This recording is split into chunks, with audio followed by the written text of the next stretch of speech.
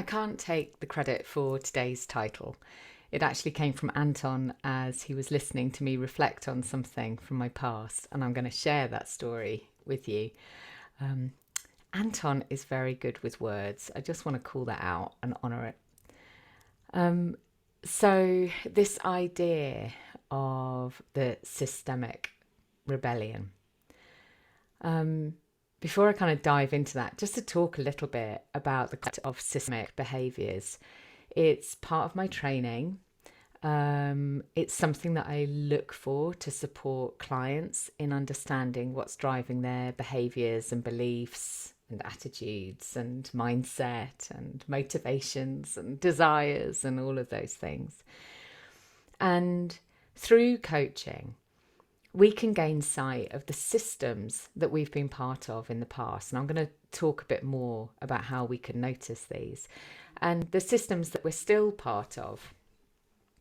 And through this practice of coaching, certainly one of the things that I find with my clients is that through coaching together, we can disentangle ourselves from the threads that bind us to the patterns that we've adopted, inherited, or adapted to through the course of our life. And often, of course, they begin at a very, very young age.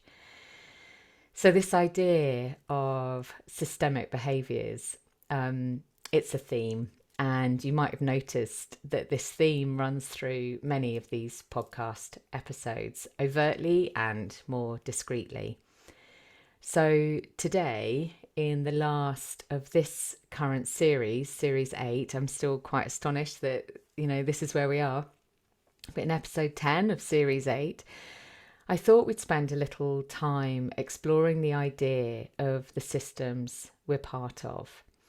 And see what that raises for you, and also to explore what systemic rebellion may mean to you. So the easiest way that I've heard, it was from one of my teachers, to think about the systems that we've been part of, this systemic experience that we have gathered through our lives, is to imagine that behind you is this glorious peacock's tail. And if you've ever coached with me, you'll probably be familiar with this metaphor that I'm sharing. Or analogy, whichever word it is. So we can imagine that we've got this beautiful peacock's tail behind us. And every eye in that tail is a system that you've been part of. And every person has a tail, has this glorious peacock's tail. So if you just imagine for a moment that all the people that you're going to interact with today, and all the people you've ever interacted with, and all the people you're ever going to interact with, carry this glorious peacock's tail that represents all of the systems that they have ever been part of. And it represents all of the systems that they are still part of, or that still have an influence on them in some way. Because each of these systems that we've ever interacted with, that we've ever participated in, they influence us in some way, some profoundly and some with a very light touch.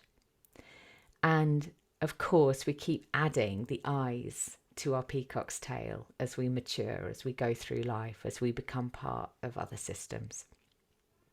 So every friendship group, every team at work, every class you were ever in at school, every sports club, every Facebook group you're part of is essentially a system. A system is a group of people that starts to adopt a certain set of behaviours, attitudes, beliefs, patterns. And our family system is the densest, deepest, oldest system. And it's the only one that we can never actually leave.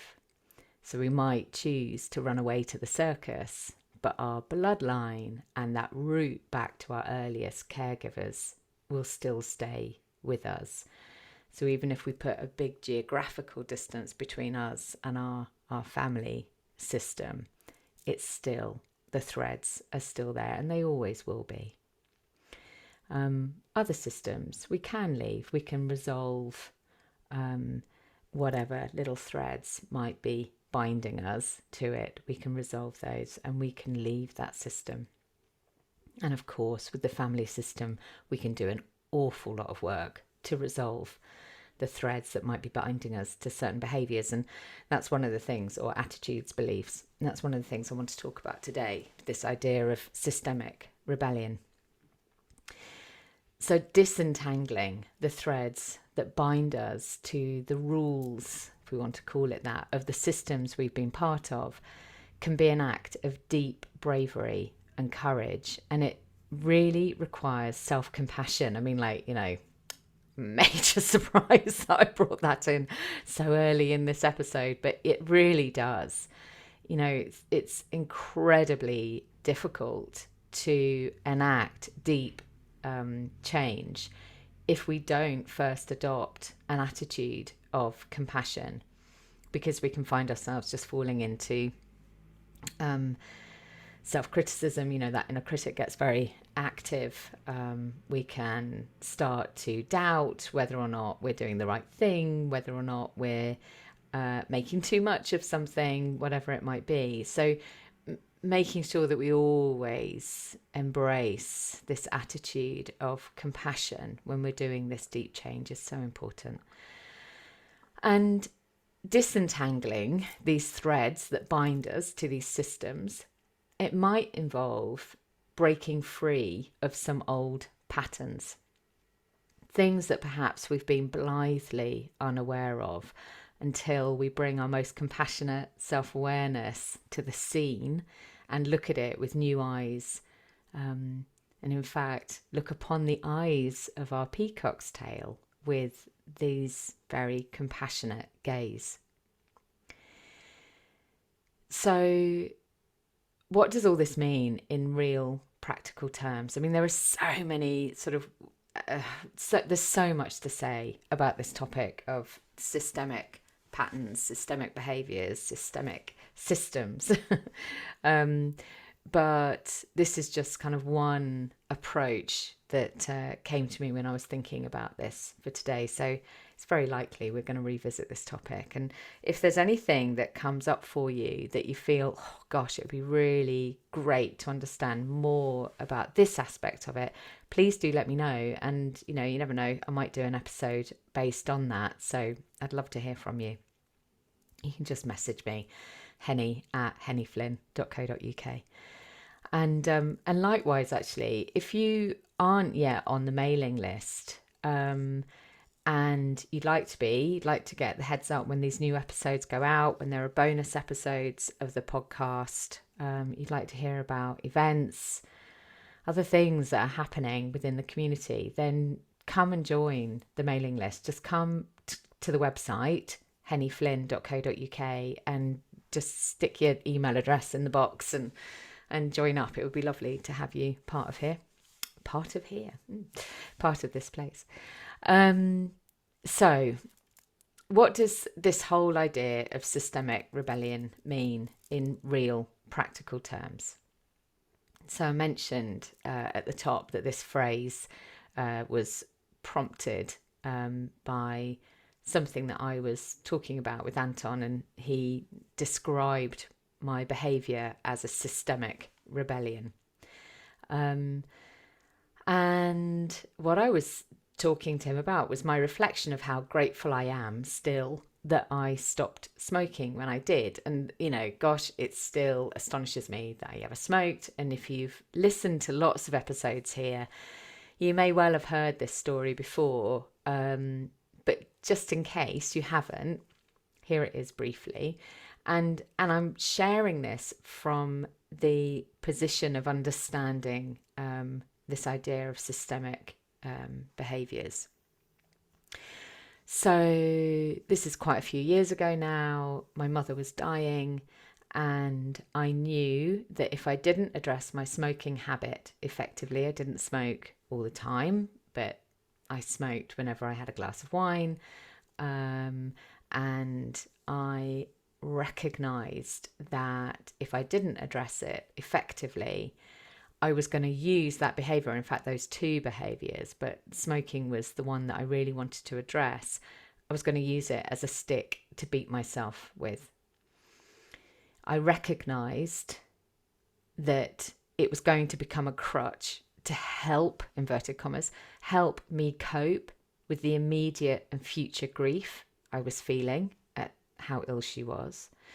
And it would be a way to hurt myself even more, almost to reinforce the pain of that grief. And, you know, it's very human to do that. We often hurt ourselves through self-sabotage when things in our lives are particularly challenging. You know, we can imagine this when we think of the person who wants to lose weight because it makes them feel unhappy, but reaches for the biscuits as a way to soothe the stress they feel about how unhappy they're feeling.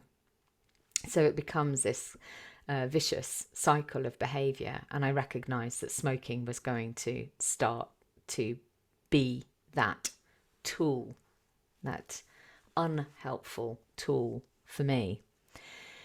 So I got hypnotized and it worked, thank goodness.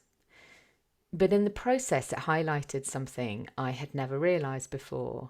And it was that I associated smoking with love and with fun. And all my family, bar my eldest brother and the youngest of four, smoked. And my parents were both absolutely okay when I got caught smoking at school. And in fact, enjoyed it when I was able to sit at a bar with them when I was 15. It was a hotel bar in Amsterdam. I was 15, looking 18, and I had a cigarette while drinking a G&T, and they just saw it as me having a rite of passage into adulthood and enjoyed my company at the bar. And you can imagine it also made me feel like I belonged, made me feel like a grown-up, blah, blah, blah. Another aspect of smoking for me was that my dad taught me to roll cigarettes when I was 5. I'm just going to say that again. My dad taught me to roll cigarettes when I was 5. I mean, this was the 70s, I acknowledge that. So I could make them for him on long car journeys when the rest of the family was fast asleep. And I remember that experience as a really special time when I had his attention all to myself. You know, it's night time, the rest of the family, it was all quite noisy in my family as I was growing up.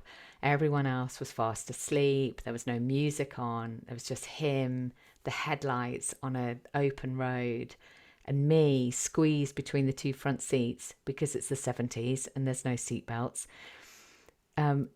rolling up cigarettes for him, balanced on the armrest between the two front the passenger seat and the driver's seat.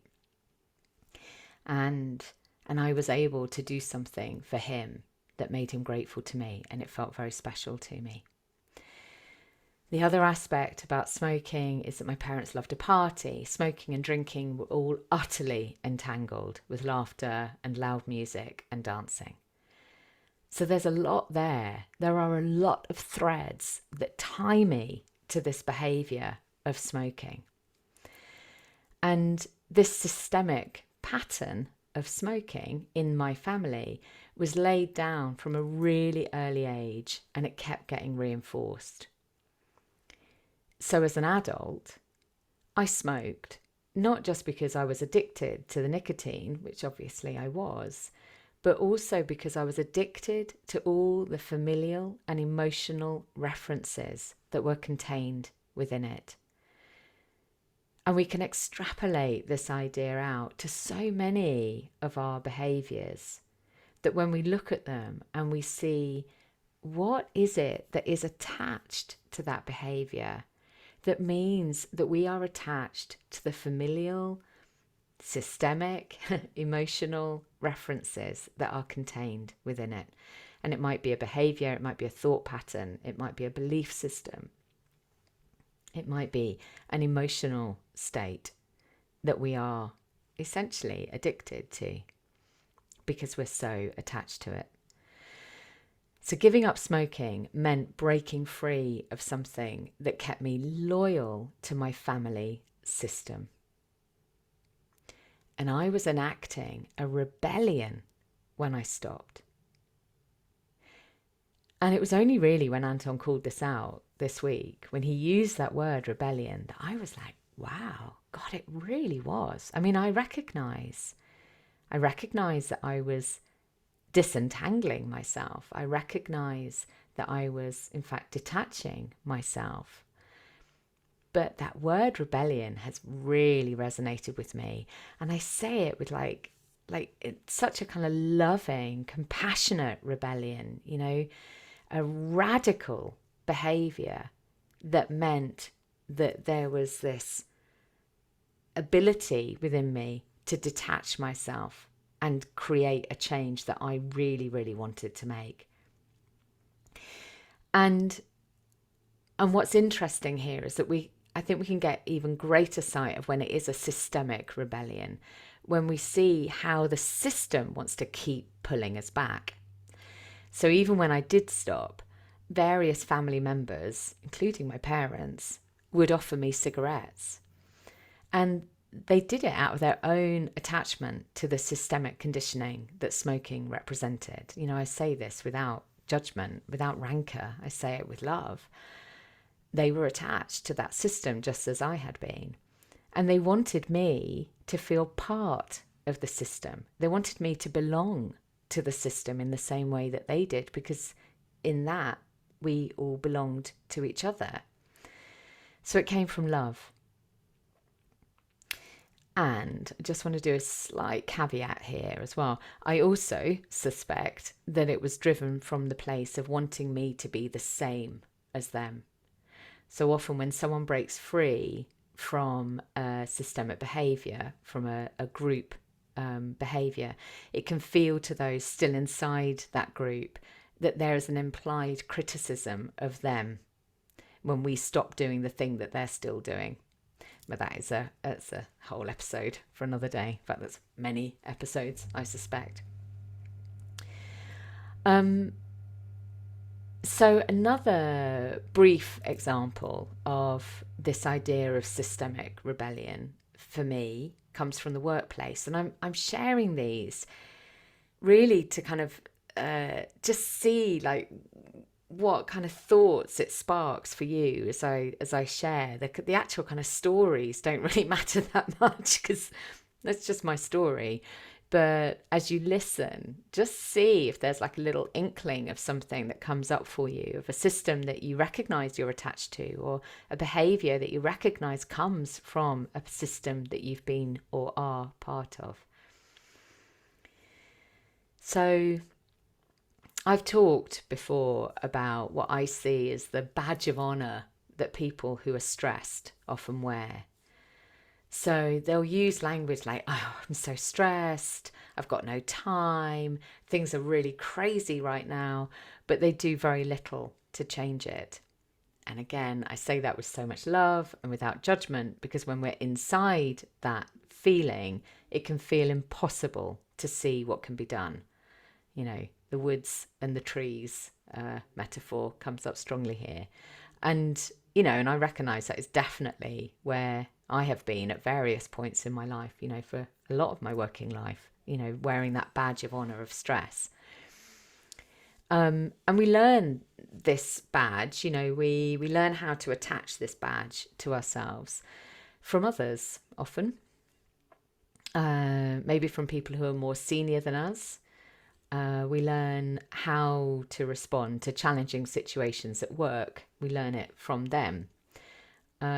We might bring old learnt behaviours from other systems, of course, that we've been part of.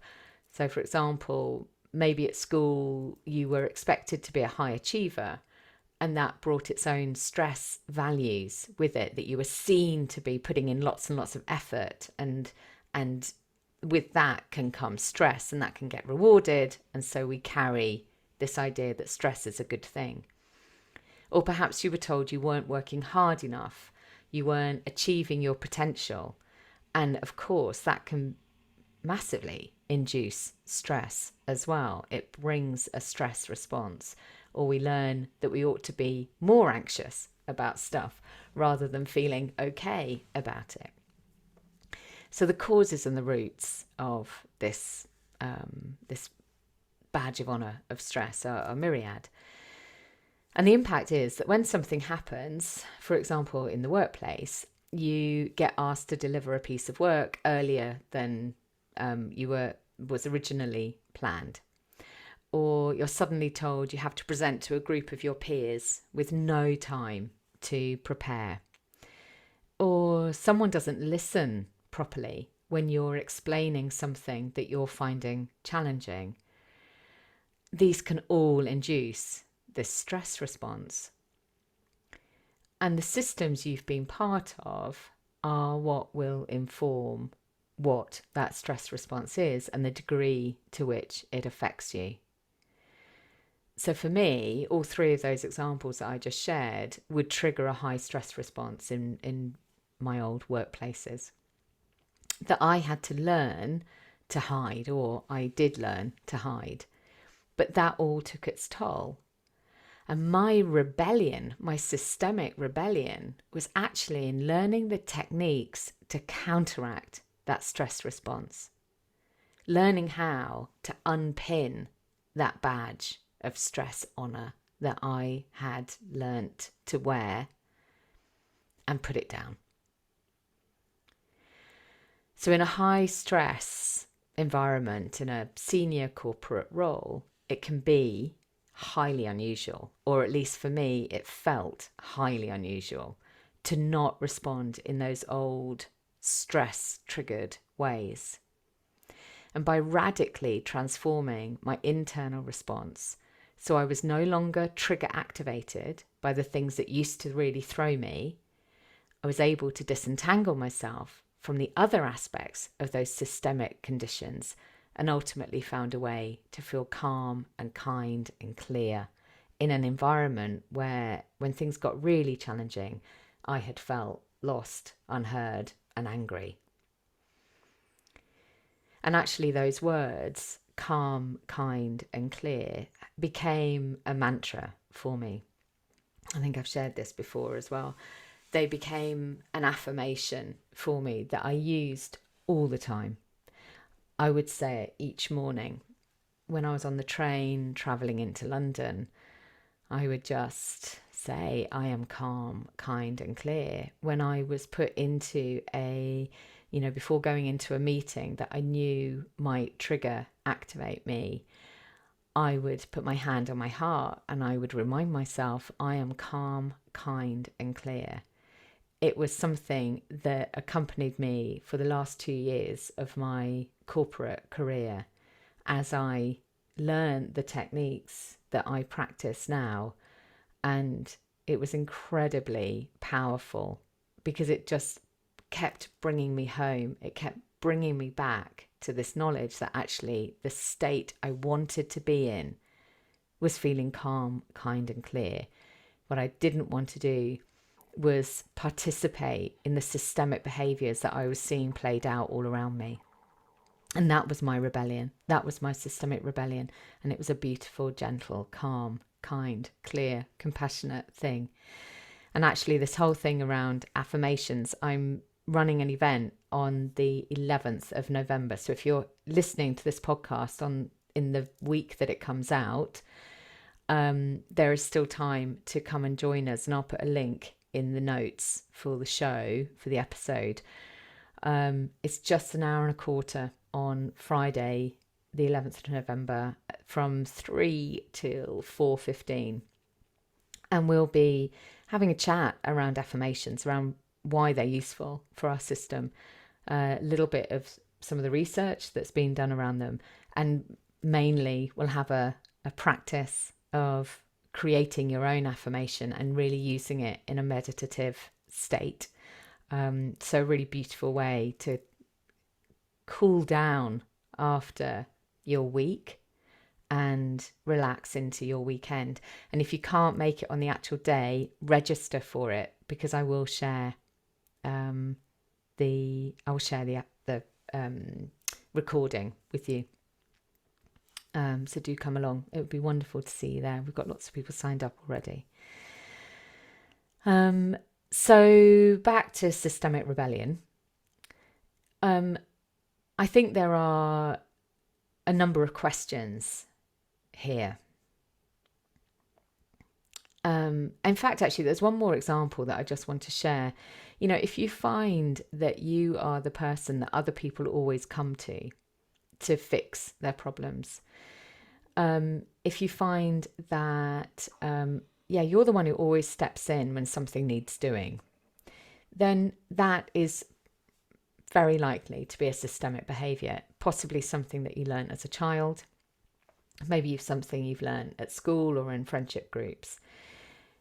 When you gently extricate yourself from that role, and it's important that we don't do these things, often it's important that we don't do these things that suddenly. Sometimes we need to just cut it, but generally speaking, I'm a fan of moving gently. When we gently extricate ourselves from that role of family fixer, friendship, fixer, then you're enabling others to learn how to care more fully for their own needs. You're actually empowering them in how to look after themselves.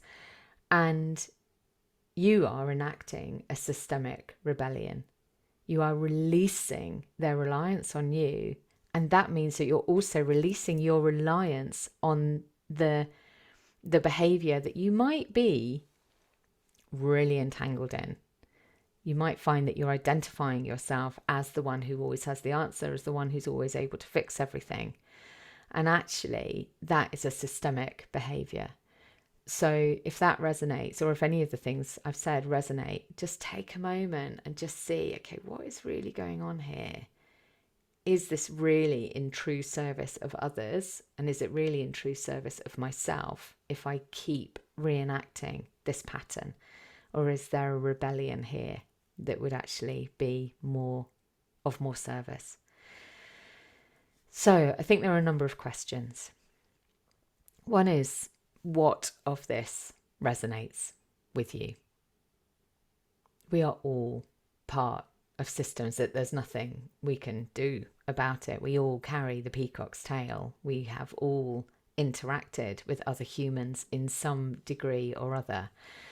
And so we are all part of the systems that get created when humans gather. So what of this resonates? What are the thoughts, reflections, glimpses of memory, bright shards of light that have shown up as I've been speaking? And this can be a really beautiful thing to note down, to, even just to note down, to reflect on later. Perhaps to journal about if you were part of the journaling quest. This might be a really beautiful thing to extend your journaling practice into. Or does none of it resonate? And if that's the case, then there's room for reflection there too, to just maybe step back and see, well, what systems am I part of? Maybe it's all entirely sort of healthy without any entanglement. That's obviously entirely possible. So we don't have to look for problems where there aren't any. And I think there are questions here around, what are the acts of systemic rebellion that you've already put into place in your life? That this whole podcast episode has been inspired by a reflection on a systemic rebellion that I put into place almost unknowingly, unwittingly, 8 years ago. So what are the acts of systemic rebellion that you've already put into place in your life? And there will be some. I suspect there will be some. How have you stepped away from behaviours that were always thought the norm in your family system? Maybe things that people have been repeating for generations. That can be a really lovely one to allow to percolate. What's the stuff? I mean, one of the ones that I have noticed for me is attitudes about money. They can often be very strong, systemic attitude. And I recognise that there are things that I've inherited from both sides of my grandparents, stories, messages that have come through to me around money that have then informed the attitude that I have and some of the fears I have around money, or money is a rich topic, or some of the things that I've needed to address in the way that I think about money. So what are the systemic attitudes or behaviours that were thought the norm in your family system? Sometimes it can be about work ethic. That's another really classic one that can come through the family system.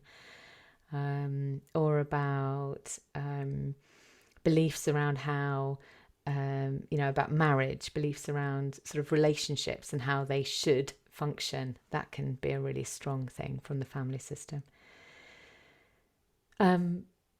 And then what are the threads that bind you to systems still that perhaps you may have a sense could benefit from some attention now? So they might be systems from, from old teams at work, or even from school life, or from friendship groups, or from sports clubs that you were part of. Are there any kind of systemic patterns that you're seeing getting played out in future groups that you've then been part of? And can you sort of follow that thread back to where it began and just see, okay, so what could benefit from some attention now? What systemic rebellion can I enact in the most beautiful, kind, compassionate, generous, loving way? And sometimes it's tiny things, and sometimes they can feel huge. An example can be the person who goes on to higher education when they're the first in the family to do so. That can feel like a systemic rebellion, particularly if they haven't had the support. Or it can feel like a systemic rebellion when they have had the support. So it doesn't need to be a sort of a difficult thing. It can, that rebellion can be enacted from both ends of that spectrum. Or choosing not to become a doctor when everyone in your family works in the health service. That can feel like a systemic rebellion. But the path that you choose might not feel like something that is difficult, but that moment where you make that choice to do something that is different from the expected norm, the expected behaviour, the conditioning that comes within that system, that's the thing that we can see as a systemic rebellion. So, I've mentioned compassion a lot today, and as we move on into the break that comes between this series and series 9, which is on the horizon at some point. I'm never really quite sure when it's going to appear, but in a few weeks' time.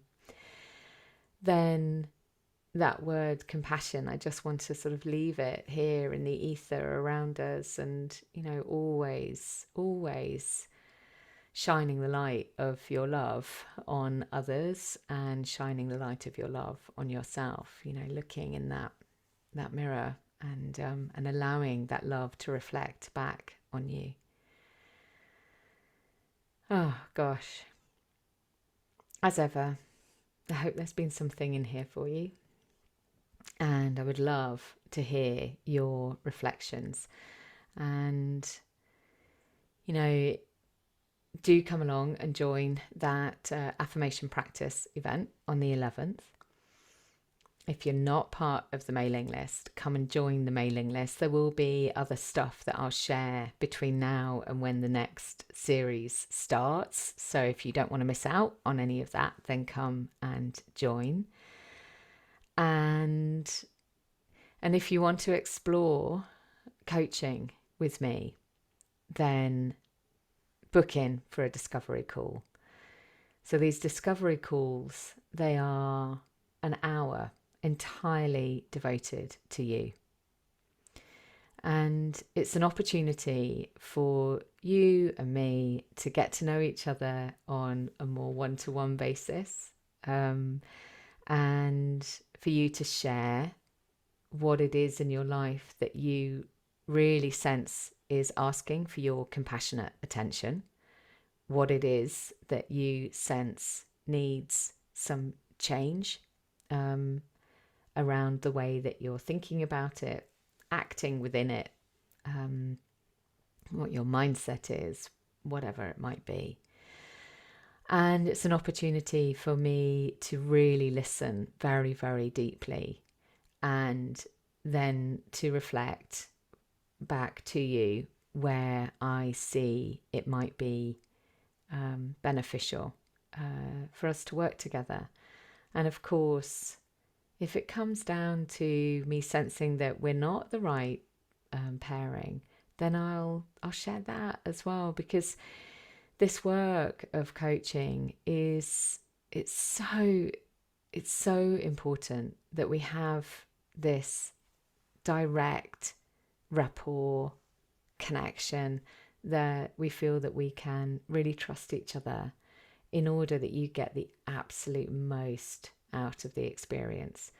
And I find this work so beautiful and so powerful, and I would really love to speak with you and to walk beside you for a while as you're going through your own process. And yeah, if you want to book in for a discovery conversation, then again, have a look at the website, hennyflynn.co.uk. There's a link at the bottom of the page, and just find a time that works for you and let's have a chat.